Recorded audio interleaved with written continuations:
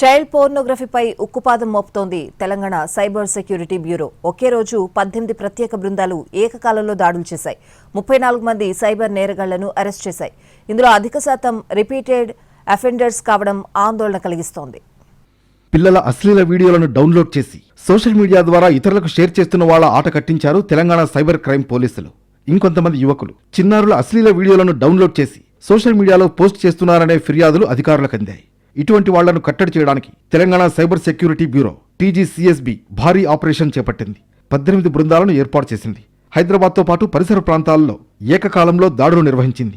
మొత్తం 34 మంది cyber నేరగాళ్లను arrest చేశారు. ఇందులో 10 మంది మ్యూల్ బ్యాంక్ అకౌంట్ల సాయంతో మోసాలకు పాల్పడుతున్నారు. తెలంగాణతో పాటు ఇతర రాష్ట్రాల్లో పలు సైబర్ నేరాలకు పాల్పడ్డారు. TGCSB బృందాలు అరెస్ట్ చేసిన వాళ్లంతా 18 నుంచి 48 ఏళ్ల మధ్య వయస్కులు, మధ్యతరగతి కుటుంబాలకు చెందిన వాళ్లు. నిందితుల్లో ఒకరు ఇరిగేషన్ శాఖ ఉద్యోగి. అలాగే 24 మంది నిందితులు గతంలో చైల్డ్ పోర్నోగ్రఫీ కేసుల్లో అరెస్ట్ అయిన పాత నేరస్తులు.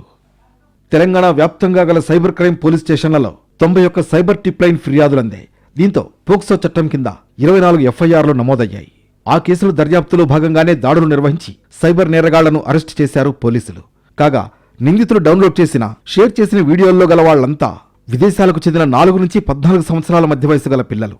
నేషనల్, ఇంటర్నేషనల్ డేటాబేస్ల సహాయంతో అశ్లీల కంటెంట్ను ట్రాక్ చేసి నిందితుల్ని గుర్తించారు అధికారులు.